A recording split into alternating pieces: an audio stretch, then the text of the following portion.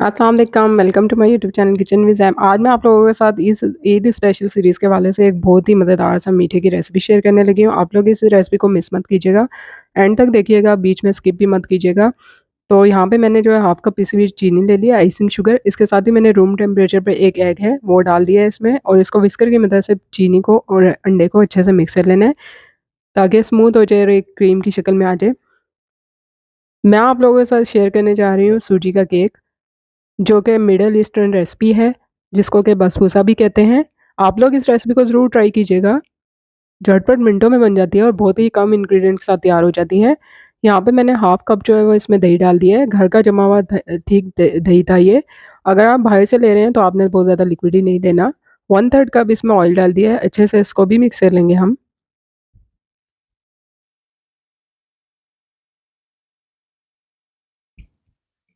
1 चुटकी नमक डाला है, half tea spoon vanilla essence, 1 cup भर के मैंने इसमें सूजी डाल दी थी। अगर सूजी आपकी ज़्यादा मोटी है तो आप इसको ग्राइंड कर लीजिएगा। 1 टीस्पून बेकिंग पाउडर डाला है। सारी चीज़ों को हमने अच्छे से मिक्स कर लेना है। इसके साथ ही मैंने इसमें हाफ़ कप से थोड़ा-सा कम पिसा हुआ नारियल डाल दिया है और अच्छे से मिक्स कर लेना है। अगर आप नारियल नहीं डालना चाहते हैं तो आप इसको स्किप कर सकते हैं। यहाँ यहाँ पे मैंने स्क्वायर मोल्ड ले लिया था, इसमें बटर पेपर लगा के इसको अच्छे से ग्रीस कर लिया था।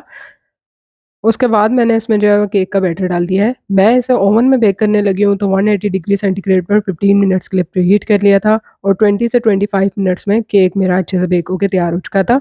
पतीले में अगर आप बेक करेंगे तो कैसे करेंगे, उसके लिए मैं एंड में जो है चॉकलेट मड केक की रेसिपी लगा दूँगी। उसमें आपको सारा तरीका मैंने बताया हुआ है कि अगर हमने पतीले में केक बेक करना है तो हम किस तरीके से कर सकते हैं।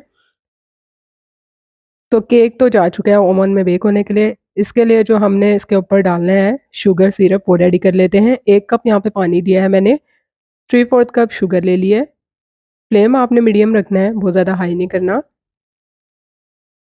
इसके साथ ही हमने इसमें 1 से 2 टीस्पून लेमन जूस के डाल दिए हैं ताकि इसमें जो है क्रिस्टल्स ना बने। अच्छे से जो है उसको पका लेना है। जब इसमें चीनी मेल्ट होना स्टार्ट हो जाएगी तो उसके भी 5 मिनट तक आपने इसको अच्छे से पका लेना है। बहुत ज़्यादा आपने थिक नहीं करना, लेकिन चीनी मेल्ट होने के बाद 5 मिनट तक आपने इसको पकाना है, ताकि इसमें अच्छा-सा जो है उबाल आ जाए।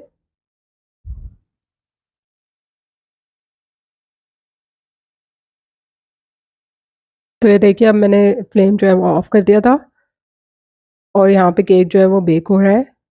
तो 20 से 25 मिनट के दरमियान केक जो है वो अच्छे से बेक हो चुका था। ओवन से निकाल के मैंने इसको थोड़ा-सा ठंडा कर लिया था। ईद पे हम रवायती मीठे तो बनाते ही हैं, जो कि हमारी जो है वो ट्रेडिशनल डिशेज़ हैं, जैसे कि शीर खुरमा हो गया, फिरनी, खीर।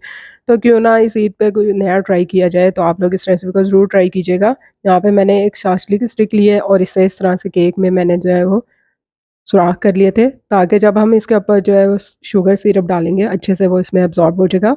अब हमने इसके ऊपर सिरप जो है वो डाल देना है। केक जब ठंडा हो गया था, तो तब मैंने इसके ऊपर जो है वो ये सिरप जो है डाला था। इसके साथ ही मैंने इसके ऊपर पिसा हुआ नारियल जो है वो स्प्रिंकल कर दिया था। आप लोग चाहें तो नट्स भी डाल सकते हैं।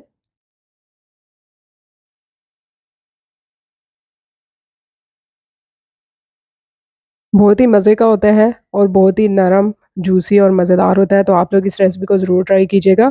देखने में ही जितना खुशनुमा लग रहा है, खाने में उतना ही लज़ीज़ और मज़ेदार होता है।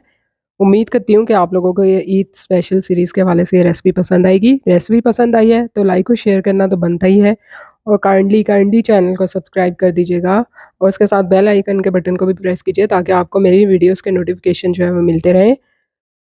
जल्दी मिलूँगी एक नई रेसिपी के साथ, तब तक के लिए इजाज़त दीजिए। अल्लाह हाफ़िज़।